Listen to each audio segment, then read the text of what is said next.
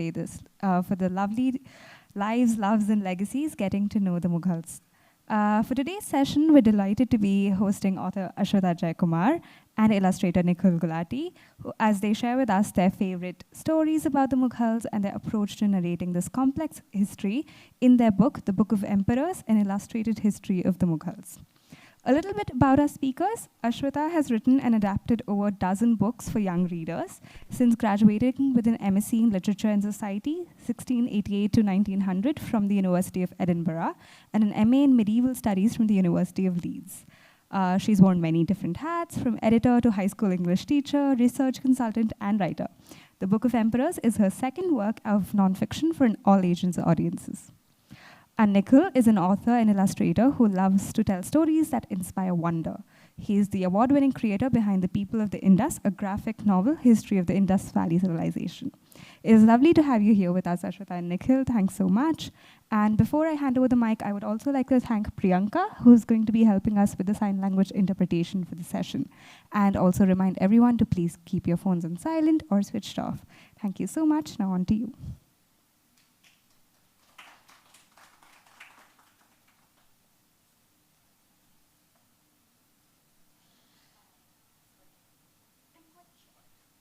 Oh, thank you. Hi, everyone. Is this okay? I'm very unfamiliar with using mics. So as long as you can all hear me. Thank you so much for joining us this evening. And thank you to MAP for hosting us and allowing us to kick off our launch of the Book of Emperors here in Bangalore. And I will just get started. A hardened warrior who was brought to tears by a melon from across the mountains. A daredevil teenager who liked riding elephants when they were at their most uncontrollable. A powerful empress who owned what was thought to be the largest Indian ship sailing the seas at the time. An intelligent young princess who was powerless to stop her family from destroying itself. A Padshah who loved discovering the many wonders of his empire, and another who chose to ignore the crises he was beset by, instead surrounding himself with art.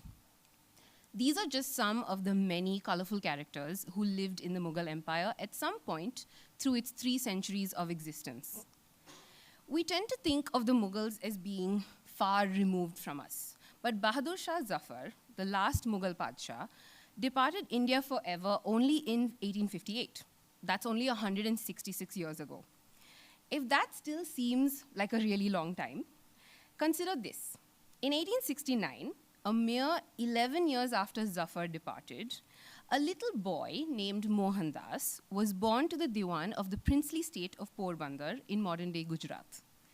And a mere 2 decades after that, an affluent barrister named Motilal Nehru in Allahabad would welcome the birth of a son whom he named Jawaharlal.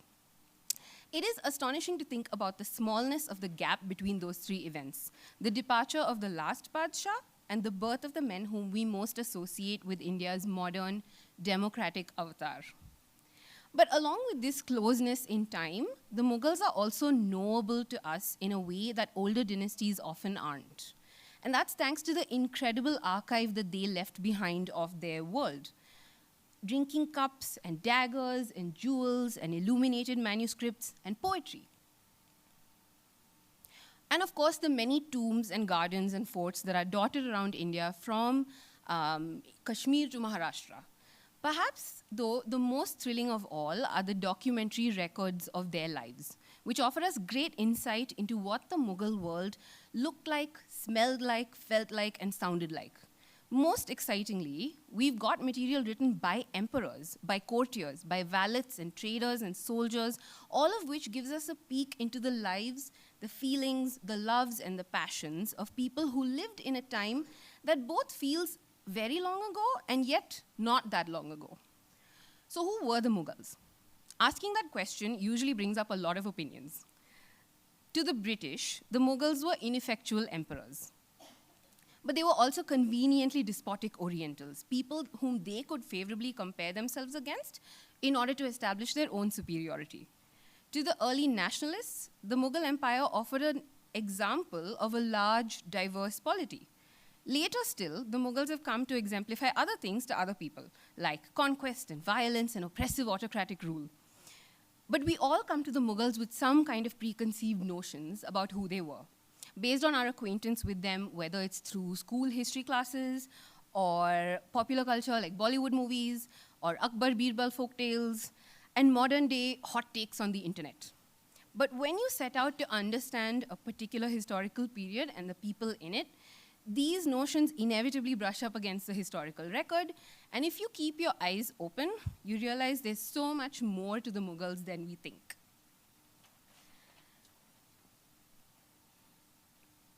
Because what that enormous archive of evidence they've left behind allows us to do is to see the Mughals as they saw themselves, but also as they wanted others to see them. It gives us a window onto the world that they lived in, the pressures that they faced, and the relationships that they forged, all of which shows them to us as people, as real human beings who lived in a different time, but whose lives, from birth to death, seem recognizable to us as mirrors of our own.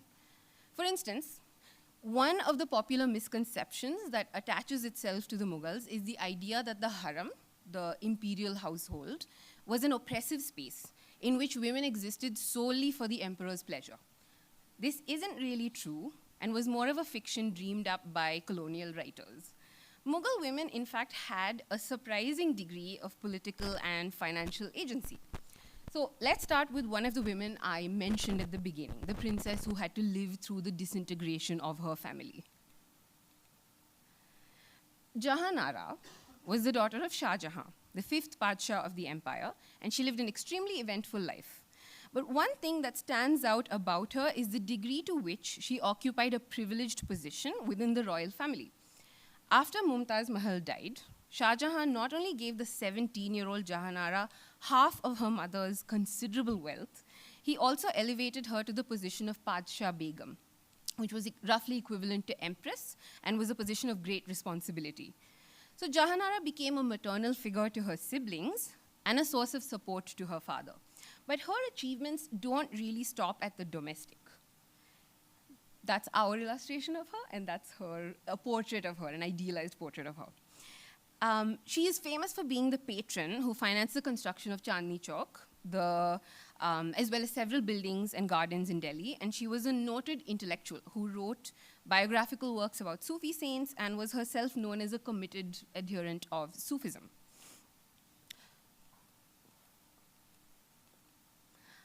Another of the women I mentioned at the start, the one who owned a very large ship, was none other than Maryam-uz-Zamani, who was Akbar's queen. She was born as Harka Bai, a princess of Amber who became Akbar's first Rajput queen. By all accounts, while her husband was busy building an empire, Harka was building up her own enormous shipping enterprise. Although she couldn't conduct her business in person, because as a high-ranking woman, she observed the practice of parda, that didn't really stop her from running an extremely successful operation through multiple agents. Her ships carried Indian goods to the Middle East, and they imported luxury goods into India, as well as ferrying pilgrims to and from Mecca on the Hajj. And she's right up there in this manuscript illumination called The Birth of Prince Salim, who was, of course, Jahangir, and she's right up there in that corner. And that's our illustration of her. Harka was certainly a remarkable woman, and she was married to the emperor who is probably the first person anyone thinks of when they hear the word Mughal. Most people know about Akbar's tolerance, his curiosity about religion, and his wise approach to ruling over a diverse population. But as a young man, Akbar was quite a daredevil, a man who willingly put himself on the front lines. As a teenager, Akbar famously rode across a bridge of boats outside the fort in Agra. This incident is vividly captured in this well-known Mughal painting, which shows the enormous beast trampling across a precariously swaying bridge of boats, and the barefoot Padshah who sits atop the elephant, trying to control it. What we don't see in this image is Akbar's foster father, a man named Shamsuddin, who is recorded as having fallen to his knees to beg the young man not to risk his life. Akbar is said to have roared back that if Shamsuddin didn't stop his theatrics, Akbar would throw himself off the elephant right that instant. As it happened, Shamsuddin needn't have worried. Akbar would live a long life, courting danger, but always managing to extricate himself from it. Akbar's enthusiasm for danger wasn't something that waned with age either. He continued to be the sort of man who led his army from the front and was as much known for his powerful temper as he was for his lack of interest in religious persecution. As those around Akbar came to understand pretty quickly, he was not a man to be crossed. One of those who felt the ill effects of this temper was Akbar's foster brother, Adham Khan. Adham was the son of a woman called Maham Anga, Akbar's former wet nurse, a woman whom he loved deeply and had a very strong relationship with. Akbar and Adham had grown up like brothers, and Akbar had entrusted an important task to Adham early on in his reign, the task of conquering the wealthy kingdom of Malwa on the Padshah's behalf. But Adham betrayed Akbar's trust by keeping back all of the wealth of Malwa for himself, which he wasn't supposed to do by the rules of conquest in the Padshah's name. When Akbar found out, he rode to Malwa intent on teaching his old friend a lesson. Adham quickly placated him by handing over the purloined treasure, but he failed to learn the lesson. Shortly after, Adham murdered Shamsuddin, Akbar's foster father, they were not related, in court. Akbar didn't hesitate to administer justice immediately. No matter their former ties, Akbar ordered Adham thrown from a window and killed. When the first attempt didn't do the job, Akbar ordered it done a second time, until Adham was quite dead. As you can see, that's the figure in green who's been thrown down. Not a man that you want to cross, definitely. Another of the people in Akbar's life to face his wrath was the Padshah's eldest son, Salim, better known to us as Jahangir. Jahangir is absolutely one of my favorite emperors because he is really among the most knowable of all of them. His autobiography, the Jahangirnama, is a delightful read and a portrait of a complicated and layered man. Jahangir was born when Akbar was in his late 20s, at a time when the Padshah was quite anxious for an heir to the empire that he'd been busy building. But Jahangir, always called Sheku Baba by his father, ended up being a bit of a disappointment to Akbar. He was more interested in wine and parties, in poetry and in art, and developed an alarming addiction to alcohol. As Akbar grew older, he grew more and more impatient with his son, even imprisoning him at one point and ordering that he be denied any alcohol at all, a Mughal version of an intervention by all accounts. But for all that youthful rowdiness, Jahangir's reign was one of relative peace and prosperity, leaving him free to indulge in his fondness for travel and for new experiences. His interest in spirituality, I could spend a very long time talking about Jahangir, about his scientific experiments, his interest in spirituality, his great love of Noor Jahan, another formidable female figure in Mughal history, because Jahangir's life was a full one and one that he documented in quite a lot of detail. But I will content myself with one anecdote, a story that didn't make it into our book, but one that I love and would like to share anyway. So in April 1621, about 6 years before Jahangir died, the residents of a village in Jalandhar awoke to a tremendous noise. Those who looked up at the sky would have been alarmed at the sight of a fiery something falling to earth. When silence fell, and it became clear that the world wasn't ending just yet, a message was sent to the local tax collector, Muhammad Saeed. Saeed rode to the site of the weird occurrence as quickly as he could. When he arrived, he noticed that the earth in the area was scorched, and the trees and other vegetation had burned up. Saeed called for some men to dig up the area. The men said the dirt was hot beneath their hands. At last, they found the source, a still warm fragment of metal. Saeed waited for it to cool, then had it put into a container and sent off to Agra to the court of Jahangir. The Padshah wrote in his memoirs of this strange lightning iron that had been sent to him, and he even had 2 daggers and a sword made out of this meteorite. So Jahangir, the 4th Padshah of the empire, wasn't a great fighter like his great-grandfather, or an empire builder like his father. He did take his responsibilities as emperor seriously, but his passions lay elsewhere. He especially loved curiosities. He liked odd or unusual things that piqued his interest and showed him something new about the world. What Jahangir lacked in energy or ambition for conquest, he more than made up for with an endless curiosity and enthusiasm for Hindustan, for the animals and plants, for the land he lived in, and the people he ruled. Jahangir's reign and that of his son Shah Jahan are often clubbed together with Akbar's as the golden age of the Mughals, a time when the empire was expanded, maintained, and held together, but also a time of great building projects, beautiful artifacts being made in the imperial workshops, and the lavish display of wealth at court, as you can see in that pretty glittering display of the Mughal court. But it wouldn't last. By 1707, when the last of the so-called great Mughals, the Emperor Aurangzeb Alamgir, died, the empire was well past its glory days. The lives of the later emperors of the Mughal dynasty were often short and violent. Powerful kingmakers, members of the nobility of different clans came on the scene, and even as the Padshahs faded into the background. This is the period of Mughal history that's often left out of popular accounts or history textbooks.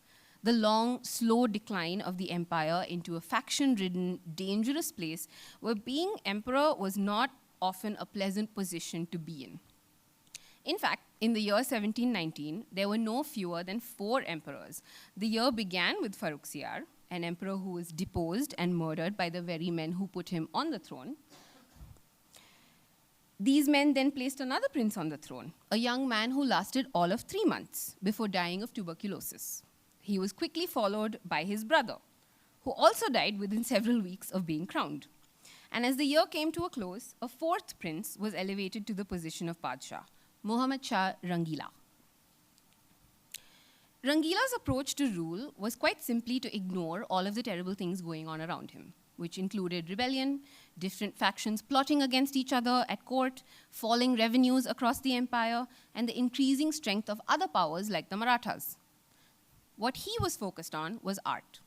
He might not have been a great ruler, but he was a prolific patron and a poet himself. Rangila's strategy wasn't a winning one. Near the end of his reign, the empire would be struck by a terrible blow, the worst one yet. The Persian conqueror general Nadir Shah led an army over the mountains and defeated the empire's hastily cobbled together force. Muhammad Shah became, in effect, Nadir's prisoner and was forced to part with both territory and a huge amount of wealth in exchange for Nadir leaving the empire alone. But when riots in Delhi turned ugly, Nadir ordered a general massacre of the city's inhabitants. The streets ran red with the blood of thousands of innocent civilians, including women and children. It was the first of many incursions the people of Delhi would face as the power of the Padshah slowly faded away into nothing. The Mughal story that I found in the sources, whether it was court histories or autobiographies written by people both at the court and outside of it, was one of loss and sorrow, and yet it was also a story of hope, of love, and of joy. It's a story shot through with violence, the kind of violence that shocks us today. But it's also the story of real people who had fears and ambitions, who sought loyalty and love, and remained open to new ideas, and thus created a marvelously syncretic culture that drew on practices and ideas from all over India, from Persia, and of course, from Central Asia. Now, I'd like to end at the beginning by reading to you a very short bit of my chapter on Babur, the man who came to India and whose family never left.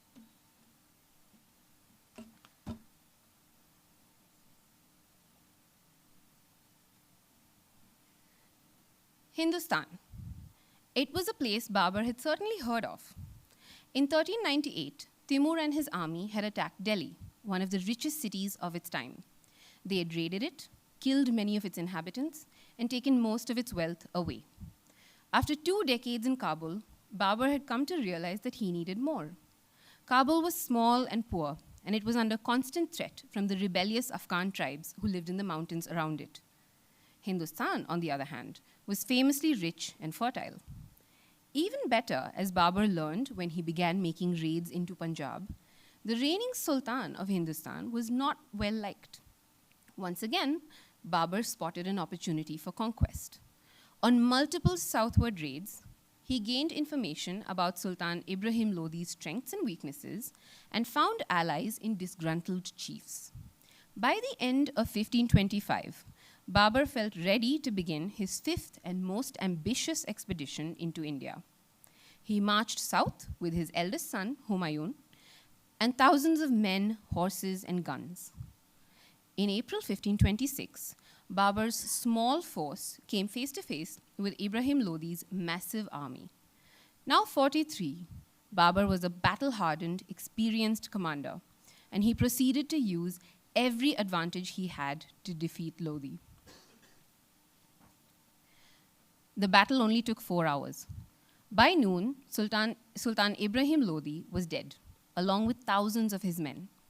And Babur, once a ragged adventurer with nothing to his name, now found himself Padshah, or emperor of a far bigger, far richer land than he'd ever dreamed of. Babur knew that his control over Hindustan was still tenuous. Although many local lords who had served the Lodis now came forward to join him, he'd only conquered a very small part of a very vast land. In the years to come, he'd have to fight many enemies, including the strong Rajput rulers to the west and the hardy Afghans to the east. But characteristically, Babur would nevertheless take the time to explore his new home and begin reshaping it according to his taste. For the 4 years left in his life, Babur would, while missing his lost home and its melons, slowly put down roots in Hindustan, a place that he found challenging and difficult, yet alluring all the same. He may not have known it then, but his family was here to stay. With that, I will hand the stage over to Nikhil, who was the illustrator on our book, so he can tell you a little bit more about the art and how he discovered the Mughals through it. Thank you.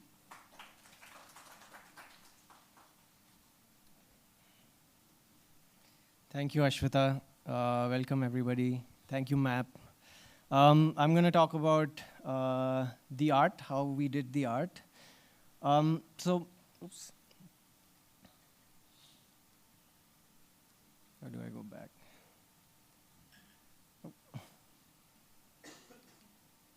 Right. So when we basically started working on this book, I was actually really excited because I knew about the vast amount of art that survives from this period, pretty much spanning the whole duration of the Mughal Empire, almost from the beginning all the way to the end. And what I was really looking for was stuff like this. So I had seen paintings like this a long time back, and I was absolutely blown away by them.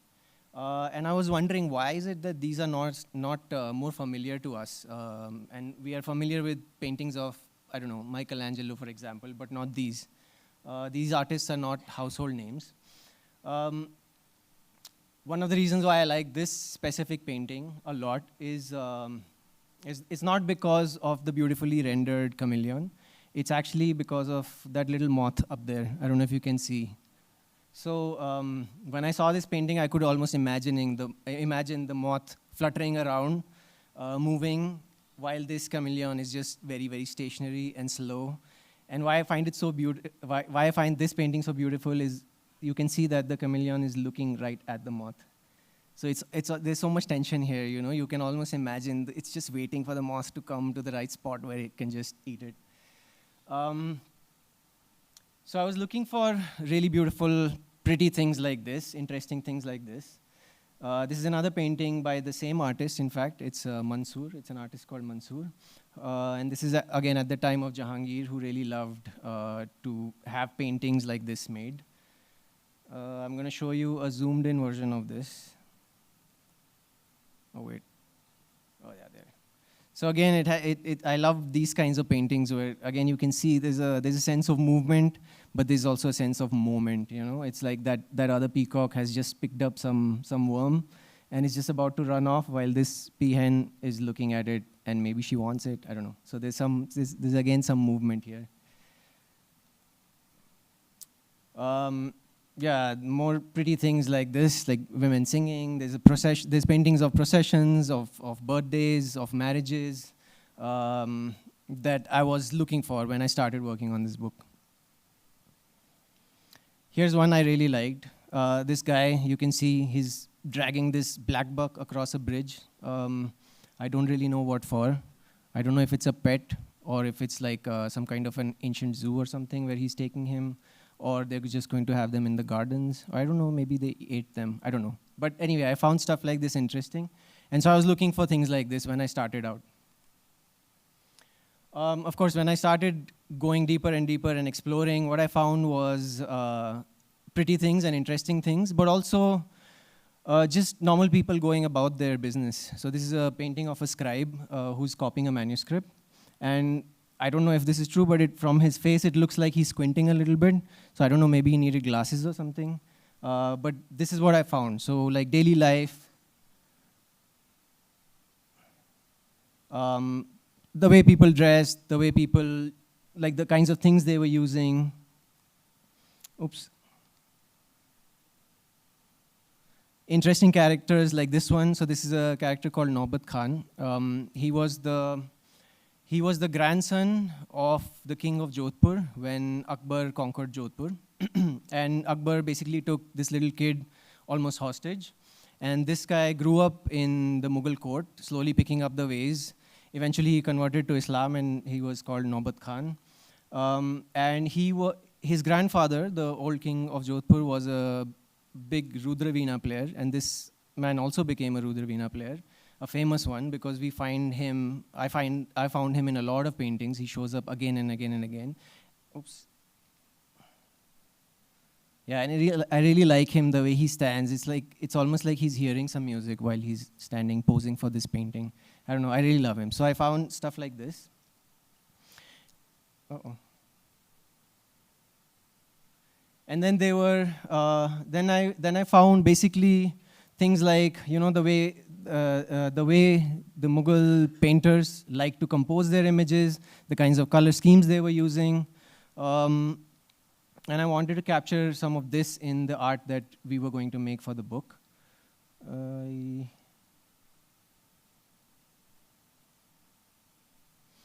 This is a painting of a kitab khana, where these paintings and the manuscripts and books were being made.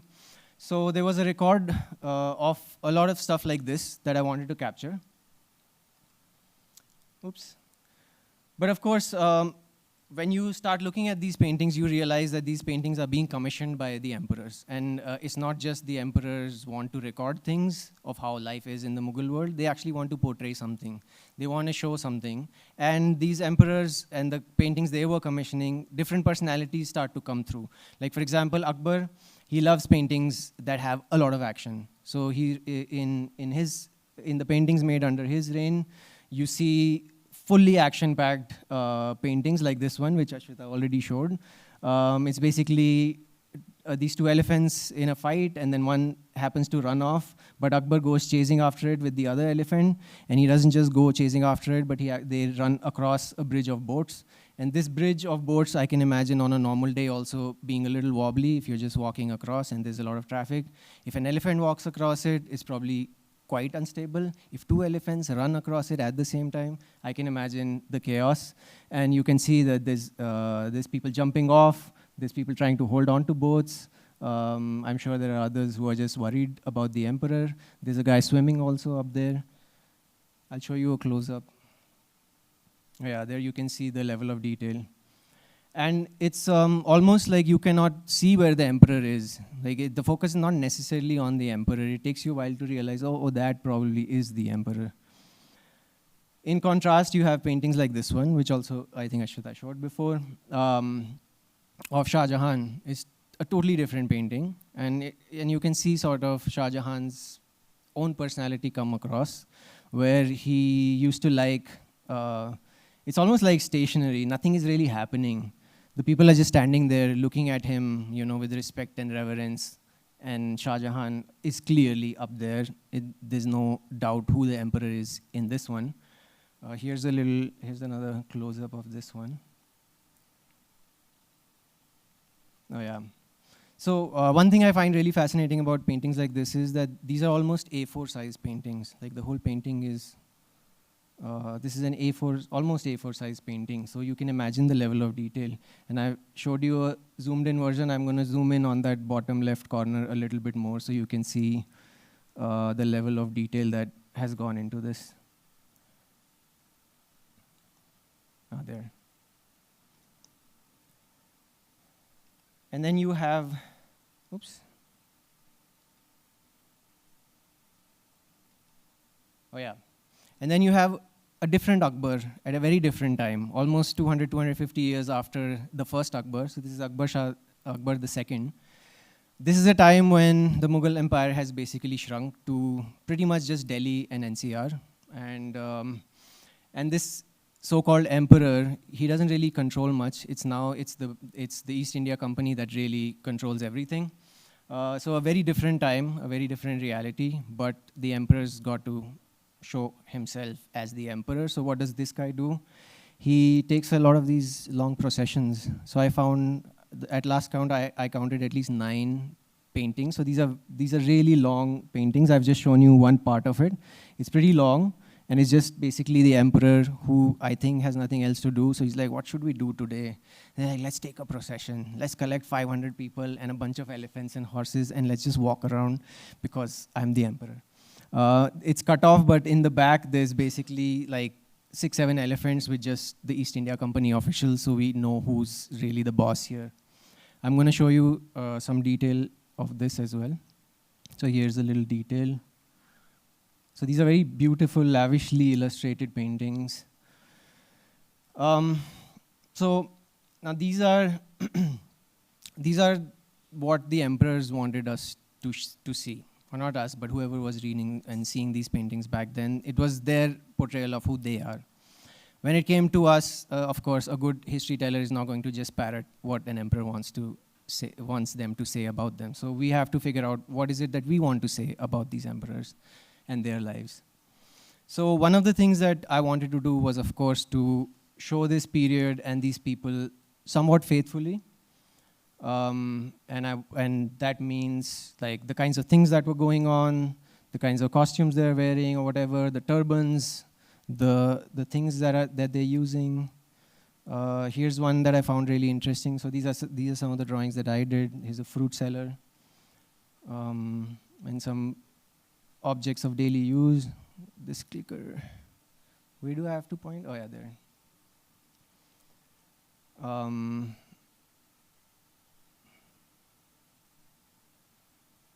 on.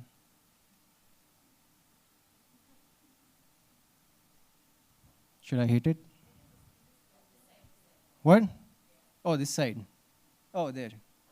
So yeah, so one of the things I wanted to do was show the thing somewhat faithfully, and there's a bunch of these illustrations all across the book.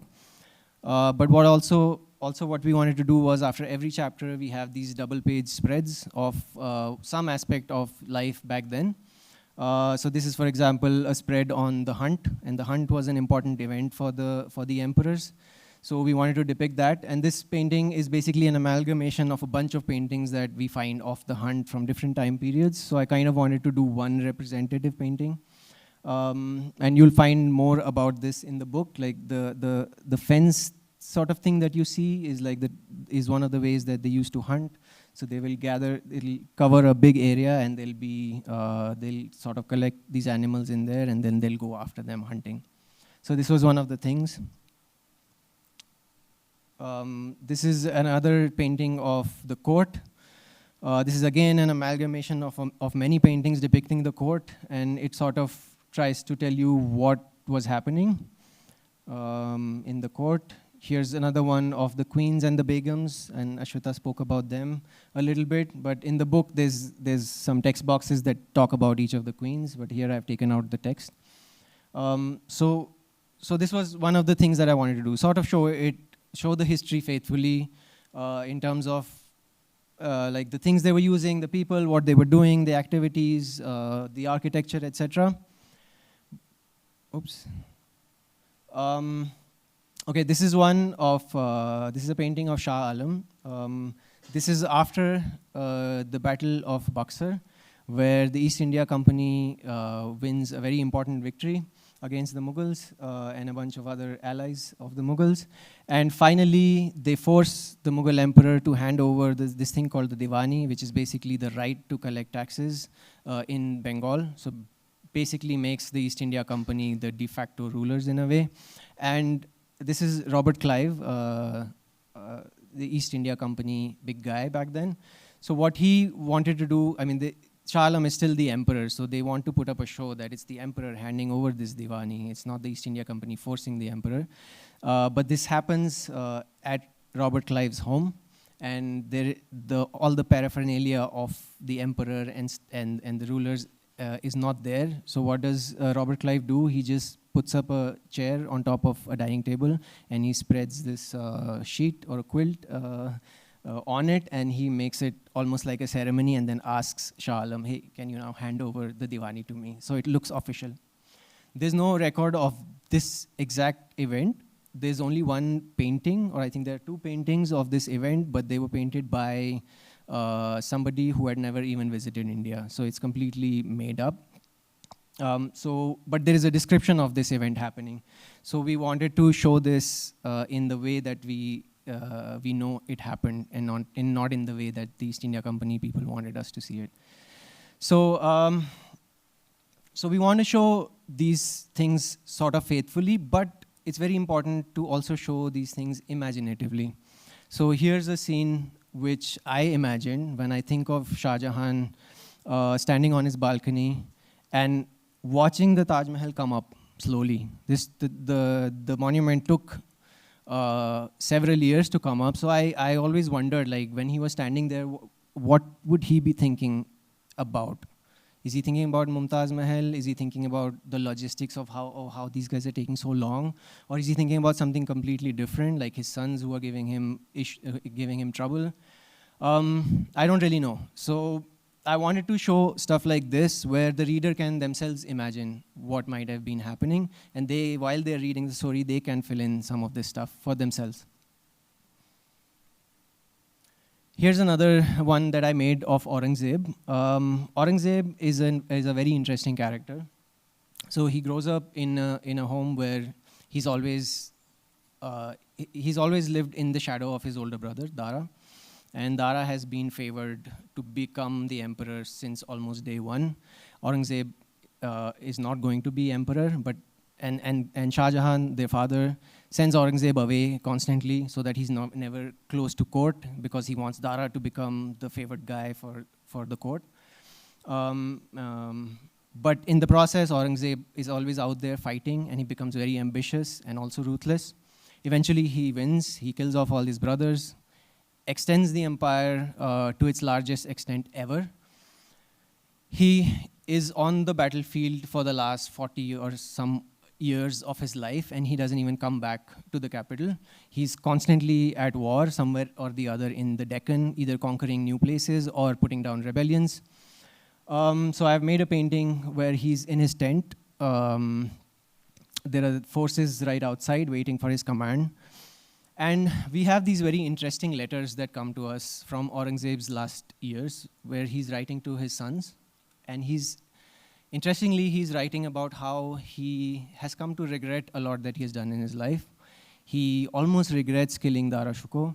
He's wondering if any of this has been worth it. And I have a little close-up. So he's totally bent with age. Very ambitious guy, extends the empire all the way, pretty much the entire subcontinent, but is regretting some of his actions.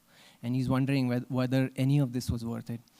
And this basically is what makes Mughal history so interesting to me, because we get to see real human beings. We get to see real human beings just put in extraordinary circumstances.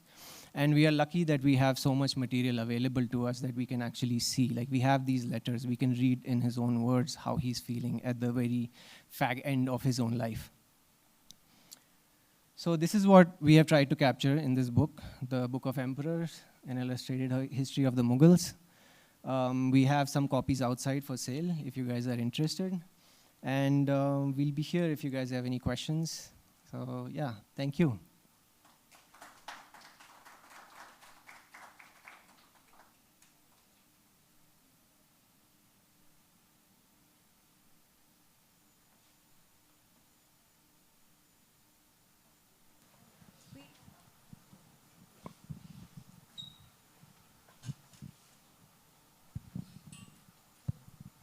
First of all, congratulations to both of you.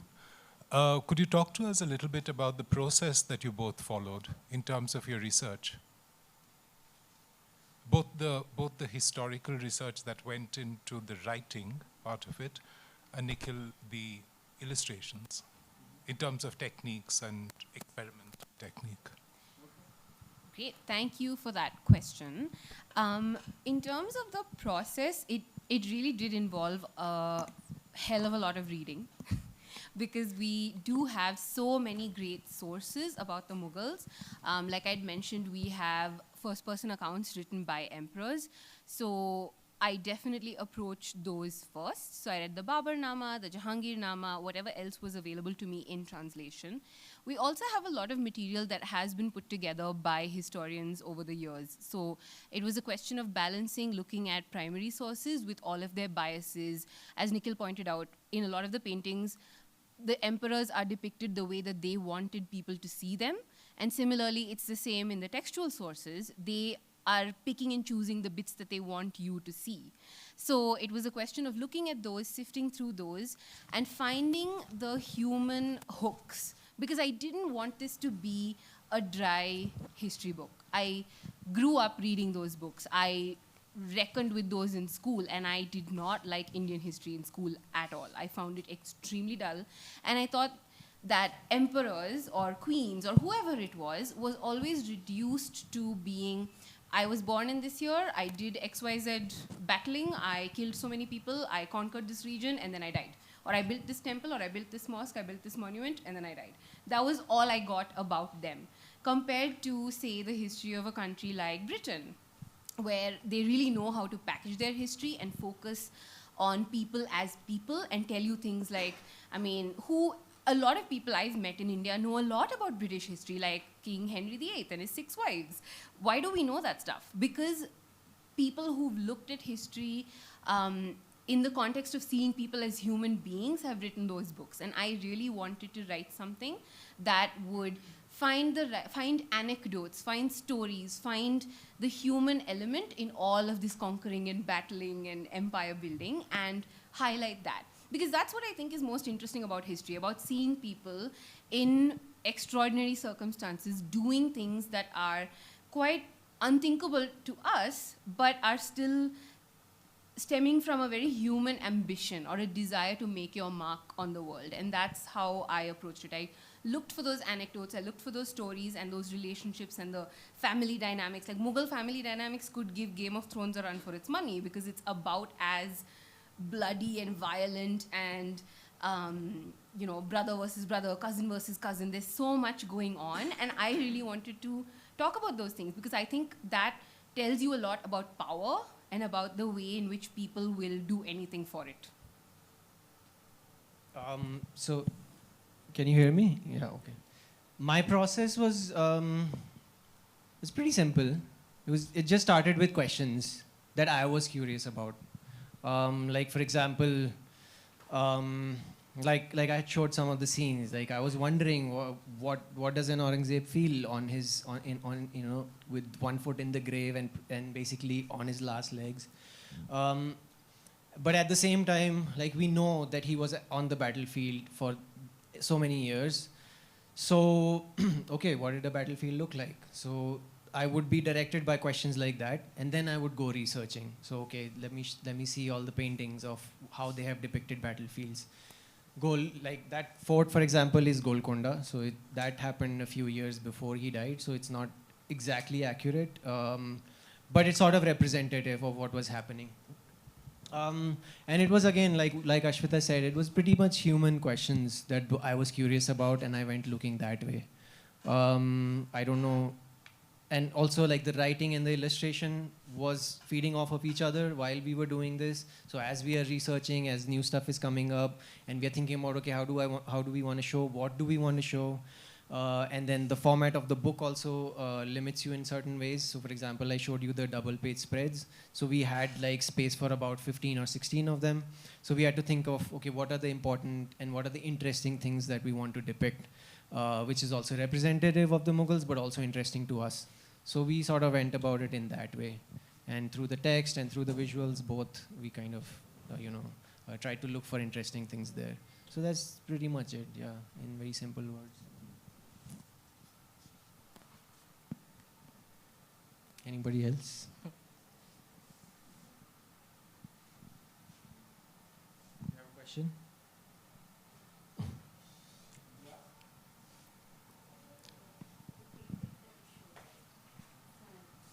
So the paintings that you were showing, those are really amazing, the Mughal paintings and all of that. So what are the sources? Generally, you would find this in, do you have books like that, or do you have where did you find those specific So I don't have the books. I had a few. Okay. There's several places where these paintings are there, where they exist. So Victoria and Albert Museum, for example, is a really great source because they put out, like, you can go and search on their website and they'll put it out. Like, they'll put out all the paintings and they'll have the descriptions and stuff. Also, like, basically in the text somewhere where you're reading and you find, oh, these paintings are in this album. So then I go looking for that album and you find basically what you can. And there's also, like, basically stuff like, there have been exhibitions at different museums, so they put out catalogs. So it's a great place to go find the paintings, which might not be on display where they're actually held, like where the source is. Interestingly, one really good source I found was auction houses, because like Christie's and stuff, where they are selling old artifacts, like various things like daggers or like ink pots or those hookahs, the bowls and stuff. So while they're on sale, sometimes you can find, okay, so then you actually see the objects. And this is in addition to, like, basically museums where the collections are there, so you can go find them. And many of these are like miniatures, right? So the paintings, yeah, yes. So they're all, like, a lot of them, I think, are miniatures, and then you kind of, yes, zoom in, and then you can see the the detailing. Yeah. I mean, I wish I had a budget to, like, travel to the museums abroad where all the collections are, but I didn't. But hopefully this book will sell so well that I will eventually. Thank you. Does this book cover all of the emperors? Yes, it pretty much covers all of the emperors. I did leave out a few who were only crowned by some people in opposition to others, but it covers pretty much all of the emperors. Yeah. There's one guy who was the emperor for just, what, a few weeks or something? Yeah, and not a lot of people knew that he was the emperor for those few weeks. It was just in one isolated place, so we left those guys out. Yeah. But pretty much everybody else who's in the historical record, so all the way from Babur to Bahadur Shah Zafar. There's 19 of them.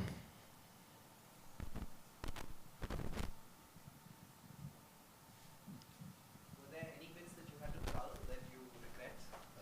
Because you had to plan it out, right? Sorry, yeah. Yes, in the illustrations I have one bit. So there's paintings showing beheadings.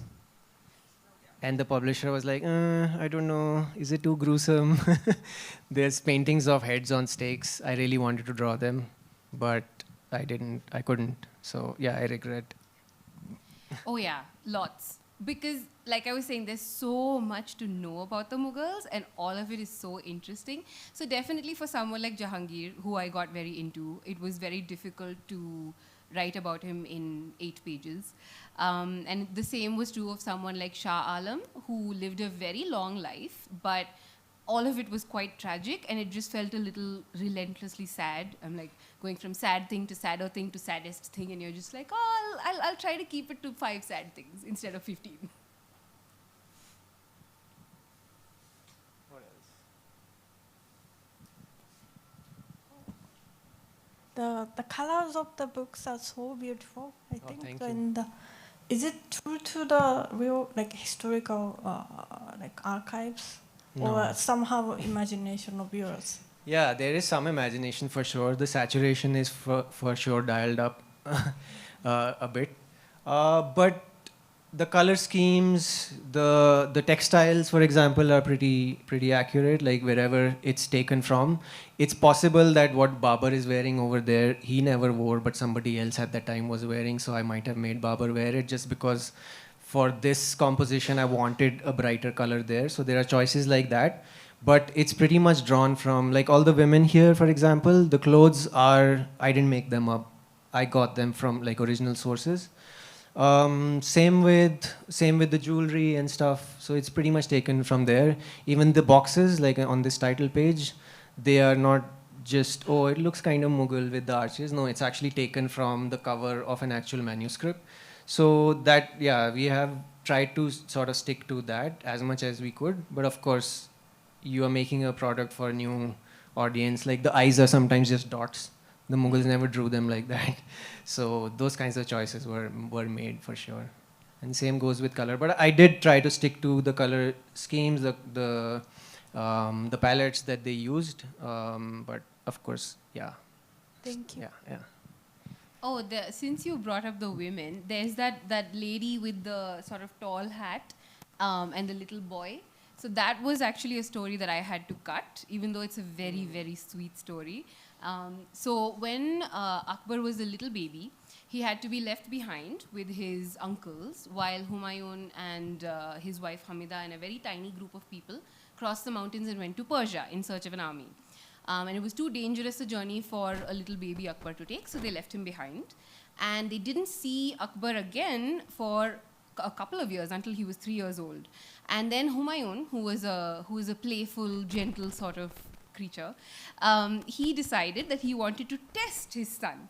So he brought a whole bunch of women into a room, and he sort of asked Akbar's nurses to bring him in, and he said, all right, now let's see if he recognizes his mom, because his mom left him when he was a tiny baby. So would he remember was the test. So according to Abul Fazl, of course, Akbar remembered his mother because he was a genius.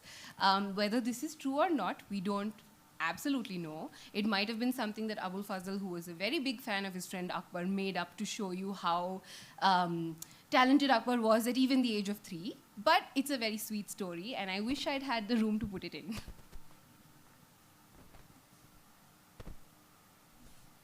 Hi Nikhil, hi Ashwitha. My question is to Nikhil.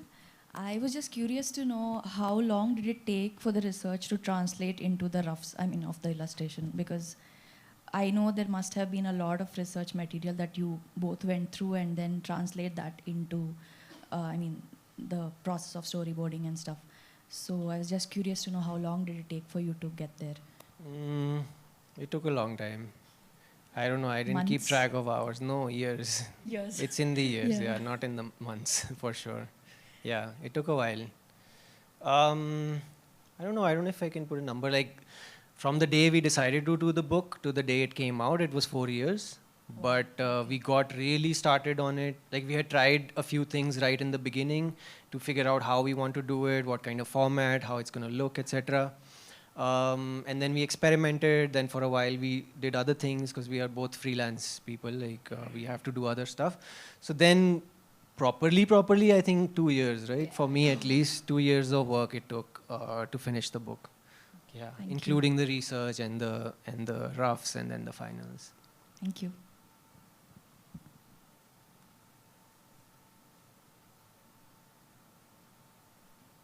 Okay, well, One question. How many of these paintings you referred of in India right now? What? Like, how many are in India? Paintings you have referred for your study Yeah. in India right now? Are in India right now? Yeah. I don't know. Percentage-wise, I would say it's actually not that big. A lot of it is in the UK, like a lot of the paintings. There's some in the Middle East. There's apparently a Russian album. So, and in fact, there are some in India that, like, there is a good collection somewhere, but it wasn't as accessible, so I couldn't use it as much. So I would say maybe somewhere like 10%, 20%, something like that.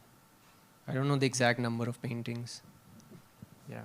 They don't have a lot of them digitized in India, right? Yeah. Like there's a Rampur library which has a lot of miniatures, and there's the National Museum in Delhi that has some miniatures on display.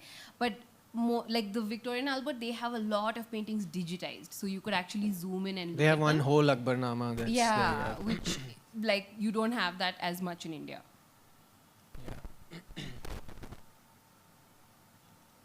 No controversial questions. It's the Mughals, come on. They're invaders. How did you get the research? What do you mean? How do you how did you get the story? Like I said, with a lot of reading. I read a lot, and then I decided which were the bits that I thought were the most interesting and that would be most appealing to people, and that I thought were important to know. So I thought, all right, with each emperor, I will pick one of the things that I thought was most important about them, and I'll try to tell you as much as I can about that. And what was the religion of the Mughals? It's a good question. A lot of them, they would have considered themselves Muslim, but they weren't necessarily Muslim in that they didn't all observe all of the rules that you had to observe if you were a Muslim. So yeah, I mean, they would have mostly considered themselves Muslim. So as far as the research goes, at the back of the book, we have listed all the things that we researched, like all the sources. So if you want to look at that, it has all for the stories also and for the artworks also. Yeah, see, there's this page. So we put as many sources as we could fit on this page. They're all there. And also for the religion question, so it's interesting. So I'll tell you example, for example. Jahangir, for example, by name he would be a Muslim. He's a practicing Muslim also. But there are many paintings and there are many stories of him hanging out with scholars and priests and stuff of many different religions. And he used to hang out with them all the time, and he used to converse with them, talk to them, discuss, debate, and they would all sit together. So there are stories like that. So what religion was he? I don't know. Maybe everything. Maybe all of them. And of course, like some were more religious, some emperors, some not so much. Some were very serious about their religion, some did not bother at all. So it's all different kinds. And like we said, there are 19 emperors. So they have to be all different.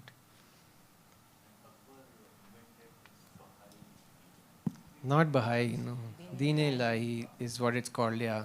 But I don't know if it was a religion. Yeah, it was more like he kind of created this, in modern terms, you might think of it more along the lines of a cult, where he wanted himself to be the center of it. And it wasn't, like, cult always has connotations of a bad thing, but I think for him it was more a way of cementing loyalty among the people that he had to work with. So rather than, because he worked with a lot of people from different religious backgrounds, right?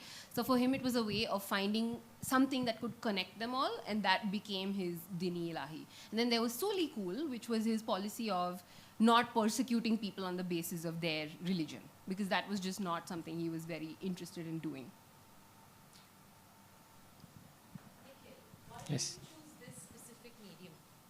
Like the digital medium? You might speaking to the mic because then it records. Nikhil, what led you to use this specific medium? So what do you mean the digital medium? Did you like to draw? Yeah, to draw, to illustrate. Did you imagine it in any other medium? No. You imagined it in the I digital love the medium. digital medium. It's just convenient. Yeah, that's the answer, convenience. Because when I used to paint with brushes and stuff, I would always forget to clean them after I was done. And the next morning, they would just be hard and unusable. And they're expensive. The brushes and the paints and the material. And then if you do it on paper, you have to then take care of that paper. And I live with 3 cats, so it's not happening. I just find it very convenient, the digital medium.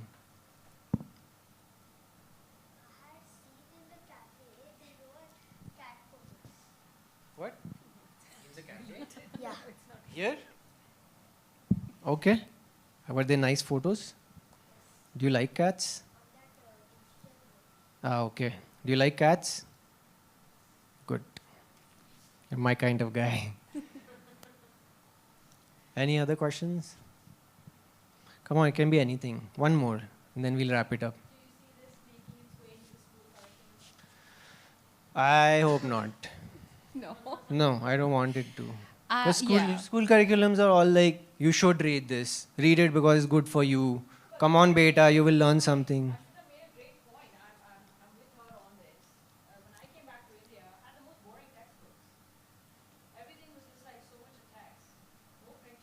Mm.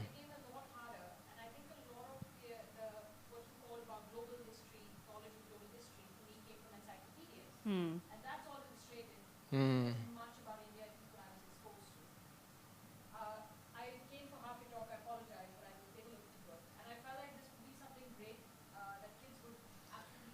Yeah. I would love for all school-going kids to read it, Yeah. but I don't know if I want it to be prescribed in the curriculum. You know what I mean? Like, I would really love if... So this book is basically for all ages, not just for kids. We've written it in a way that kids can also read it, but I would have read it for sure. What was I saying? Oh yeah, so I would like everybody to read it, but for it to be prescribed, it's a little, I don't really like that idea as much. But hopefully I would want the kid or the adult, whoever, to make the decision to read it. And to make the decision that, oh yeah, this looks interesting enough that I want to read it. Not that, oh yeah, they are telling me I should read it so that, I don't know, something will happen, I'll grow up to be a better human being or something, I don't know. You know what I mean? Like, I want them to pick it out of interest. Yeah. Because I feel like if you prescribe something, and at least maybe that's just me, but when something's prescribed to me, I'm more likely to say, no, I'm not going to read it, or come to it with a prejudice of, oh, it's not going to be good because they had to make me do it, like eating your vegetables, right? You got to do it because it's good for you. Yeah, same. Yeah. Same, yeah. exactly. That's why we are making this book. That's exactly the like impetus behind doing it, because I felt so bad that India has such a colorful, vibrant, interesting history, and so many people I know are like, oh yeah, history, yeah, it's kind of boring. And it's true of like kids, it's true of adults, it's true of anybody. And so I wanted this to be anybody of any age could read it and say, wow, this is a great story. And then why pick the Mughals? Because, you know, like Nikhil rightly said, it's very controversial. I was like texting a friend of mine, I was like, the only reason I would imagine that this book doesn't make it into curriculum is because of the controversies around like how we view the Mughals historically now Yeah. In the present Yeah. day, and certain, you know, zeitgeist that believes that they were the invaders. Yeah. So, like, why the Mughals and why not any other age? It could have been the age of the Chola emperors. Maybe. I'm just like That's a good question. positing stuff here.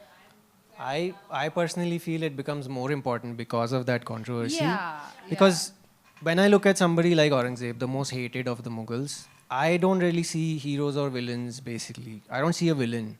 I see a guy who I would probably not hang out with. I see a guy who I don't really like in his life choices. But that, to me, history is not only about heroes. To me, history is about these extraordinary characters. And like I was telling about Aurangzeb, that very human element that you see because his letters are there, this is something that makes history to me so interesting.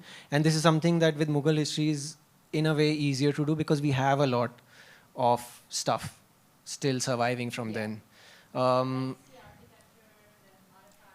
Yeah. And Cholas, you can actually get to know them, right? Like with the Cholas, it's harder because you don't have that kind of evidence of who this person was as a human being. You might have a temple inscription that says, oh, he was a great and mighty conqueror and he built this temple. So you don't really get psychological insight. And to write something that's a narrative history, for us, it was easier to go with the Mughals at first because of that enormous archive that you have of their lives. But yeah, as Nikhil said, it's fun to take them on. I mean, we didn't start out with a political motive, right? Like we just said, oh, cool, the Mughals, yeah, they're an easy one to start with. And they're visually just so pretty, so we thought it would be fun to do it in an illustrated the stories format. are incredible, the drama, you know, Yeah. the murders, and the intrigue. But as it went on... Yeah. But Cholas are on our radar, and Yes, so are they some are on other our radar, dynasties. yes. Yeah, they are on our radar. Yeah. If you have funding, please meet us after this talk. We would be happy to make something. Oh, same. I mean, Yeah, I don't there come you from go. Goa, but I live in Goa. Yeah, nice. Okay, awesome. Yeah. So, thank you. It was amazing. I had a question like, since you wrote the book and illustrated it, and it really is a book for all ages, like then how did you balance that? Because, you know, children have a different type of attention span. Adults need a different type set of information or, you know, detail in information. And, you know, what was your journey into writing or illustrating, keeping that in mind? Or, you know, did you start with, we'll make something and then see where it fits? That's a good question. I think when we started out, it was much more firmly in the children's book category. But to be perfectly honest, a lot of children's books that I've come across have a very patronizing tone, and they tend to talk down to kids, and they tend to be very information heavy. And I know that as a kid, I did not like people talking down to me from the time I was 8 or 9. I did not like it when adults tried to sit me down and say, let me, impart my wisdom to you. And I never wanted to write that way. So I decided to just say, sure, I'll write it for anybody who's interested. I will try to keep the language accessible, so I'm not going the academic route. I'm not trying to write very dense prose, but I'm not going to dumb things down, as it were. I'm going to take a narrative approach, and I think that appeals equally to kids and adults, because all of us like stories. And using that narrative approach really helped, because I think that's what bridges the gap. Well, yeah, it's similar. My approach was also just not think about kids or adults. I was just making a book for myself. That's pretty much it, yeah. I did leave out the beheadings because the publisher wasn't so comfortable. But apart from that, yeah, I just tried to make something that I found interesting.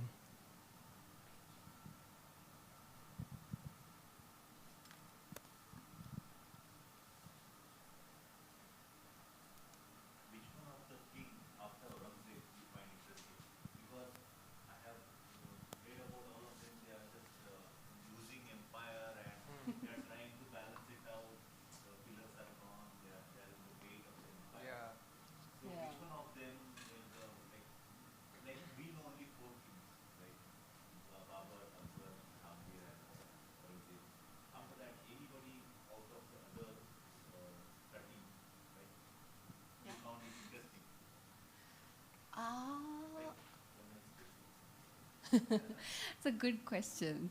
Some of them were alive for so short a period, and you don't know much about them. Like there was one guy who was crowned, and you'll see it if you look in the book. He was just grabbed from his bedchamber and just stuck on the throne without even the time to change his clothes. So, and he died within 3 months. Yeah, so you don't really know much about him, but I guess Bahadur Shah Zafar is actually a very interesting and a deeply tragic character, because he's born into this world where he has almost nothing under his control, and he becomes emperor at quite an advanced age, and then he lives for 20 years, and for most of that time, he's just being pulled and pushed in different directions, and through the mutiny, he's kind of stuck between a rock and a hard place. You've got the mutineers who are in his palace, holding him ransom, and then you've got the British, who are not people who've treated him with much respect. So he's really not sure which way to turn, and obviously he makes the choice to side with the mutineers, not really much of a choice, and then he pays the price for it. So I found him quite sad and just compelling, because he was so tragic. And he's also, somebody who loved poetry and who also loved going on processions, because he didn't have much else to his name. So I think he was an interesting character to try to get inside the head of. I found Akbar Shah, whose procession I had showed you, to be interesting, Bahadur Shah Zafar's father. The reason is because of his name, because he's Akbar II. And I always imagine that what if we switched these two Akbars somehow? Like we could do that. If we could do that, would things be very different? Like I imagine these later rulers who have nothing really to rule and are at the mercy of other people who are much more powerful. So we sort of think of them as losers, whereas Akbar Akbar the Great is the great because he did all this. And I wonder, was it these personalities that were like this? Would an Akbar the First, born instead of Akbar the Second, have created a strong, big, powerful, stable empire? Would Akbar Shah, Akbar II, if he was born in Akbar's place, the other Akbar, would he have messed everything up or not? So just because of this curious fact that he's Akbar II and born at such a different time, like one empire is strong, stable, whatever, powerful, richest in the world. The other is nothing. It's a kingdom. It's not even an empire. So that thing makes it very curious and interesting for me, and it's like a thought experiment for me. So I find him interesting because of that.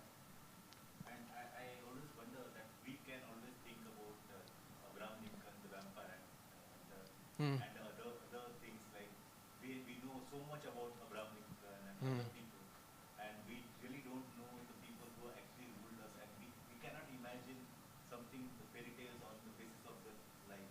Well, there are Akbar Birbal stories. They're kind of, yeah, but those are fun. But maybe you can write one, a fairy tale like this. I mean, I would suggest trying with Jahangir. He's a really interesting guy. Yeah. Shall we wrap it up? Okay. I'm just going to come. So on behalf of MAP, a very, very warm thank you to Nikhil and Ashwitha for this incredible talk. Thank you everyone for coming in and your engaging questions and engaging really well. There are some copies of the book outside if you want to take a copy for yourself, and you will also get to interact with Nikhil and Ashwitha a bit more outside. And thanks so much. On an unrelated note, we're also opening a new exhibition next weekend, so it would be great to see some of you there. We have a great set of programming organized for Saturday and Sunday, so August 10th, I hope to see you guys here. Thank you so much, and hope you have a great evening.